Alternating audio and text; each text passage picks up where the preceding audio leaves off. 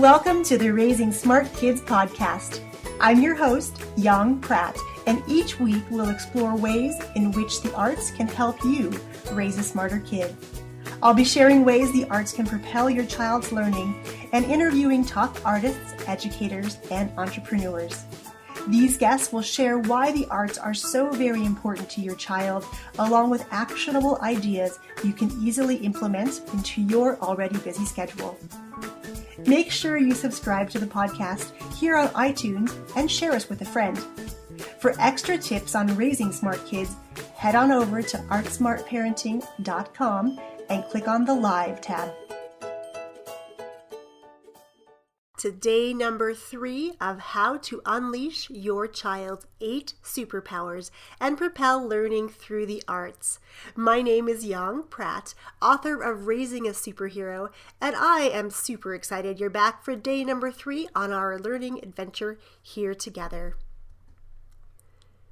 As you may recall from the past few lessons, each of us has 8 distinct styles or superpowers that we possess, and we have strengths that vary across them.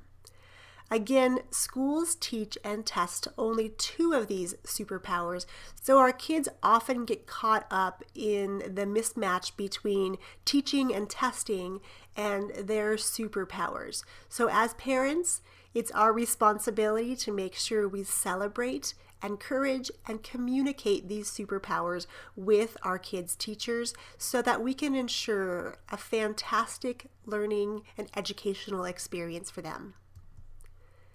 Today, we're talking all about musical superpowers. And I put this picture of this cute little boy here playing a violin. And if you think about musical superpowers, this probably is the first thing that comes to mind, musical instruments.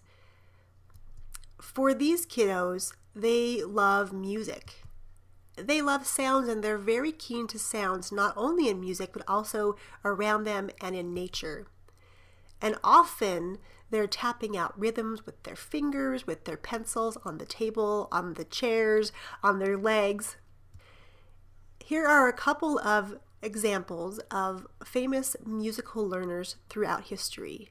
The first one here, which seems to be a little bit cut off, is the composer Ludwig van Beethoven, as well as the king of rock and roll, Elvis Presley.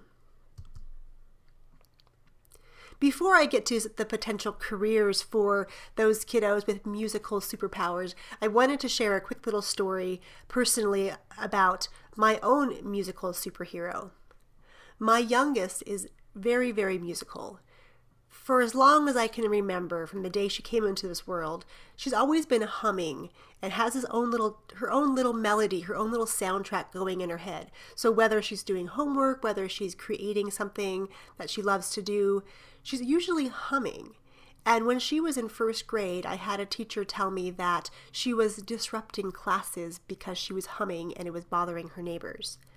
Well, soon after, I went in to observe the classroom, and what I found was pretty horrific, actually. She was humming in class, which she always does at home, and I've learned to really accept that about her and love that about her. But there were other kids who were running up and down the aisles, screaming and yelling, and being far more disruptive to the class than my youngest was. And to be told that she needs to squelch her unique superpower in the classroom was devastating to me. We eventually did pull her out of school and homeschool her for a while because I did not like the fact that she wasn't being able to learn in a manner that was befitting of her. All right, so let's head back to potential career opportunities for those with musical superpowers. They could go on, of course, to be musicians, singers, songwriters, and, of course, the coveted Broadway superstar. Musical superpowers and the arts. How do we use the arts to help our musical superheroes learn more effectively? We could enroll them, of course, in music lessons. We could listen to music at home while they're studying. And sometimes we can even play classical music in the background to help stimulate their brain to learn a little better. And you could also make musical instruments at home. There's lots of activities in the arts that musical superheroes could take advantage of. And if you find any great schools of performing arts or music schools in your town, I would love to hear all about them.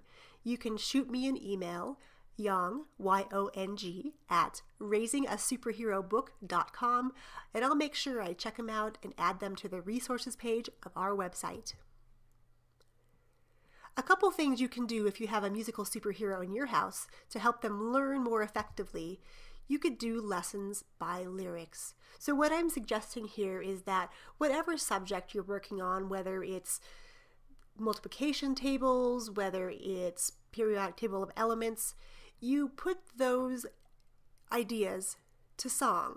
You could pick a melody or that your child likes best and make up new words to learn whatever needs to be learned at the time. You could turn the lessons into lyrics into a more broad activity by having them sing those lyrics.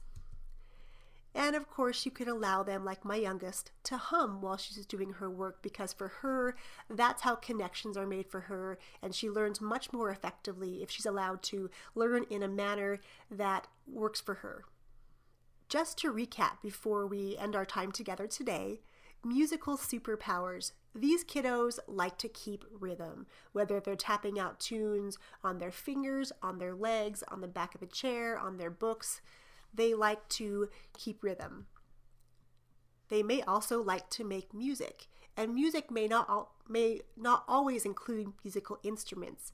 Perhaps they could get the pots and pans around your house or various elements. Maybe there's a book or a bell, and they can actually create their own type of music. And they can sing, or they like to hum. They may also like to create songs and lyrics or jingles as well. And these kiddos are really sensitive to the sounds around them, whether they're in the house or outside or in nature. And they really may be keen to hearing those things and have a better sense of hearing than most of us.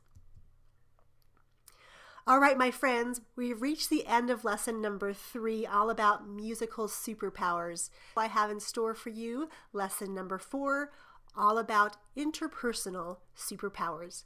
Until then, have a day full of fantastic discoveries. I'll catch you soon. Thanks for tuning in to the Raising Smart Kids 2.0 podcast. To really accelerate your ability to unleash your child's superpowers and raise smarter kids through the arts, we're creating loads of new resources, ways to connect, and ways to celebrate your successes.